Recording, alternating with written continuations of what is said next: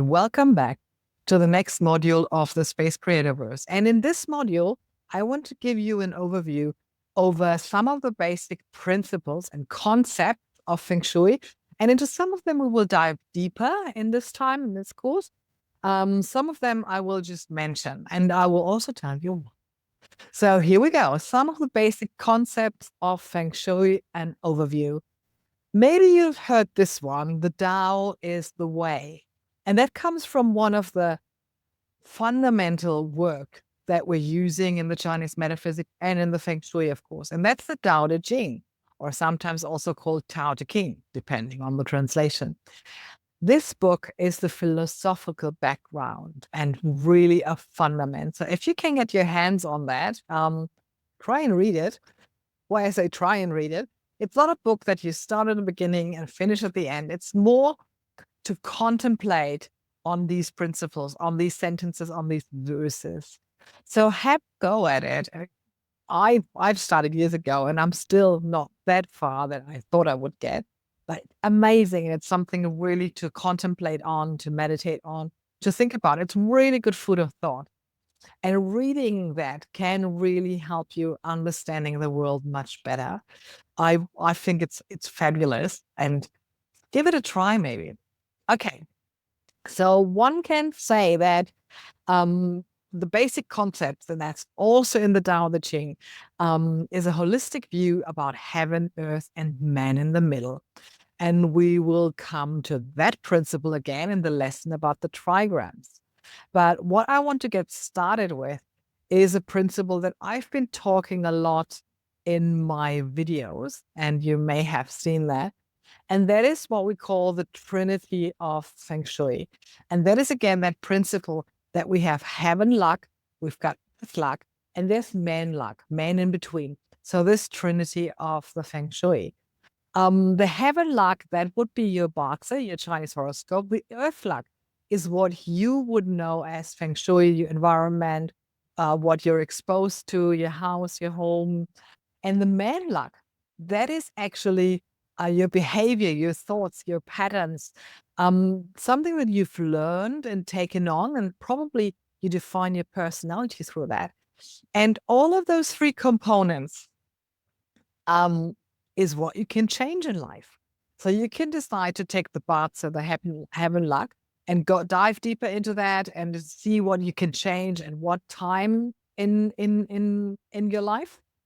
You can take the earth luck, the Feng Shui, and see what can I change in my home or in the surrounding? Do I need to move and what's going on? Or you can take the man luck, which is your behavior, thought patterns, all of these things, and say, is there a thought pattern or a behavior that doesn't serve me anymore? And how do I freaking change that? So all of these principles, each 33% of your luck, we will dive deeper into in that course. The heaven luck, the BaZi, we will have at the moment just on the very edge of it, but we will use it whole for sure. And the earth luck is the core for this course this time. And the main luck, we will also work on that, because then there's no use changing stuff in the environment and not changing. But it's really important, and this is where the personal touch of this course comes into place, to see where are you and what is the easiest to change for you. For some of us, it's easier to change behavioral and thought patterns than for others. So let's start changing the environment. So wherever you are at this point in your journey, one of these three points, luck point, we're going to start changing soon, and we're going to define together where we get started. That is one of the principles. So the next one I want to talk about with you is actually, it's not less interesting than that principle. So let's have a look at what I call the 4 components of Feng Shui. So what are we looking in the Feng Shui is really different angles of the same thing. So we're looking definitely at the environment when we're looking at the exterior flow, because that is the basis of our Feng Shui. How can we tap into the good qi of our environment? The second one is the building I'd say. So we're looking into the house and the interior flow, the building itself, of course, and the interior flow. That's another chapter where we will dive deeper into. And then we've got people living in that home. This is where the BaZi comes in. And also the behavioral patterns.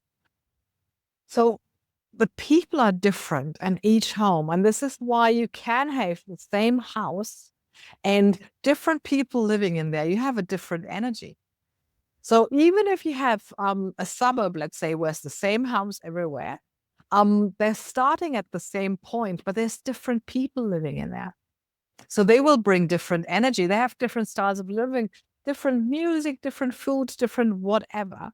And that is, of course, influencing the Feng Shui of that place. And then we have the fourth component, time.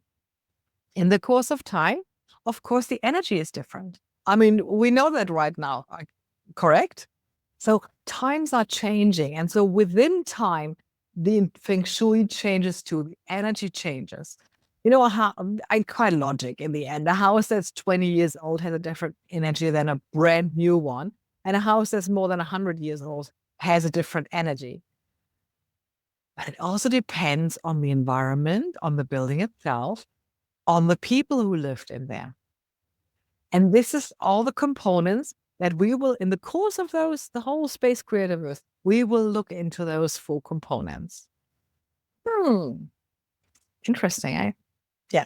So these were just 2 of the basic concepts that we will look into here. So what are we looking next at is more or less one of the, I just told you. Then you will see what I mean. But I think you've heard of, and I think I've shown you before, the Tai Chi, didn't I? So the Tai Chi is about yin and yang. So you've seen that before, probably.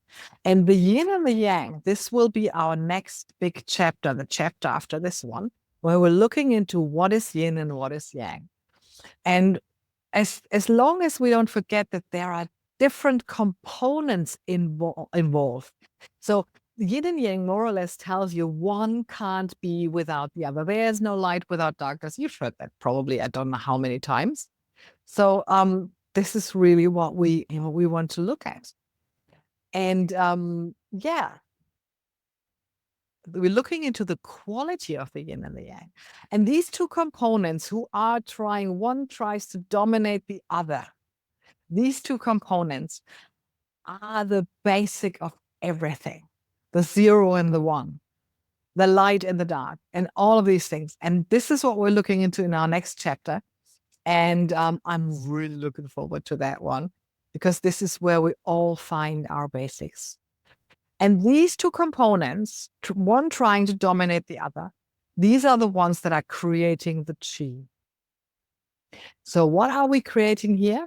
We're creating the chi, the life force, the prana, the modi, the source that is the system and the environment, the weather.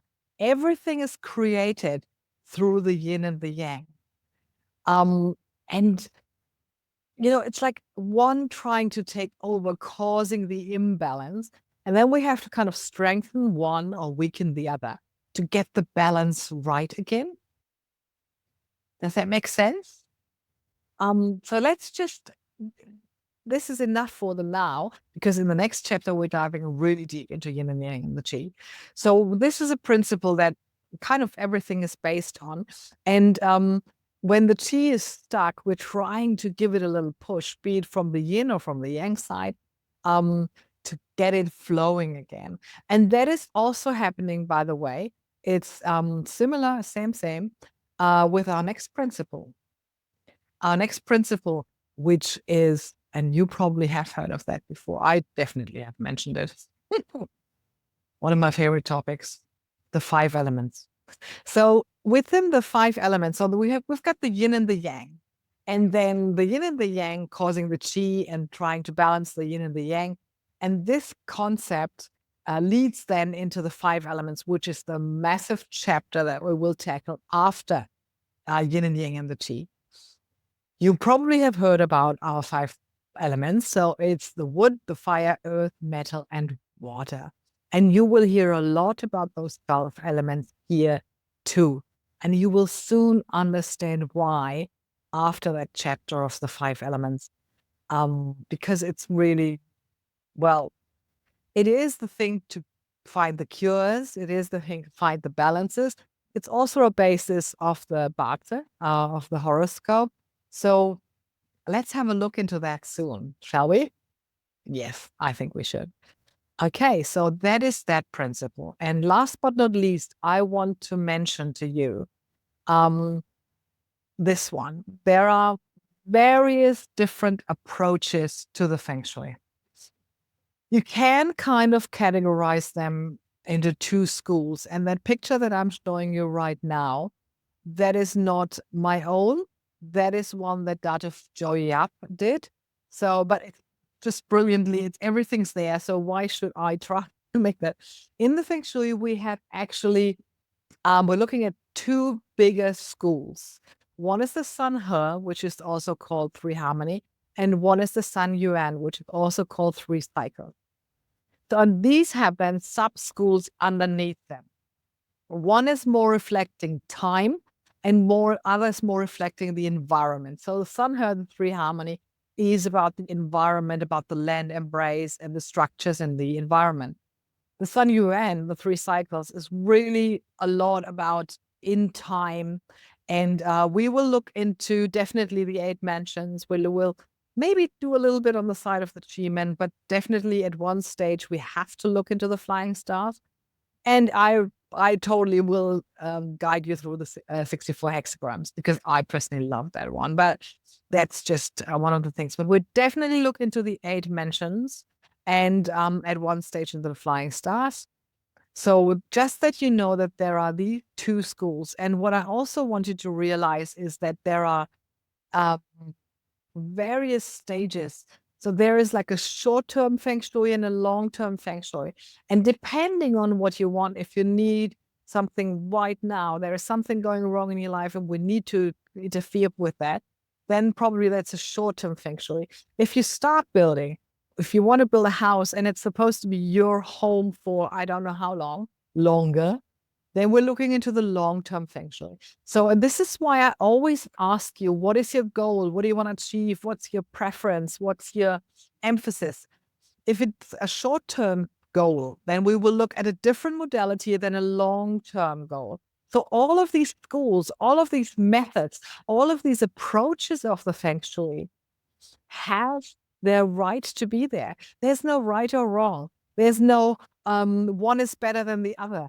It is just that we have different approaches because we have different goals in life and we have different needs in life. And let's say the landscape isn't that good around your house, then we're looking into another school to fix what is fixable at the very moment. And because I already mentioned the landscapes Feng Shui, there are so many different approaches. Like I told you, one that I want you to really remember, and we're diving deeper into that in the module about exterior, is for the environmental approach, something that is also referred to as landscape school or form school. And this is where you assess and harness the energy from the surroundings that enters and exits the house. And with this landform or form school, there are 4 celestial animals that you need to remember. It's also sometimes called the 4 guardians, the 4 gods, the 4 auspicious beasts. So that would be the black tortoise. And the black tortoise represents the mountain form that sits behind the property. And ideally, that mountain should be higher than the property to provide a strong protection. So if you don't have a mountain in the back, we can mimic that. So that is not the end of the world. Then we're having the green dragon. The green dragon is on the left-hand side of the house, inside looking out, representing springtime, bringing wealth, prosperity. And it's supposed to be higher than the right side, which is the so-called white tiger.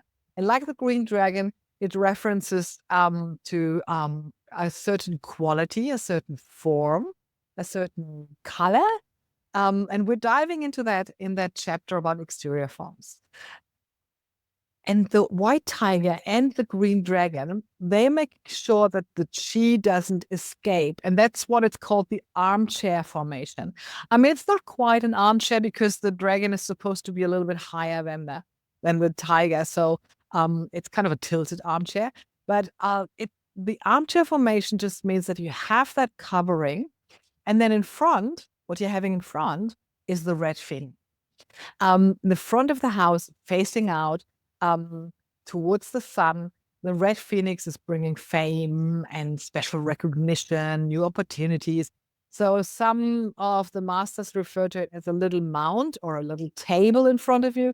I just like to say there is something really adorable looking out or when you're coming home. So it's really, really something that is inviting, a nice view, and that's what we call the red phoenix.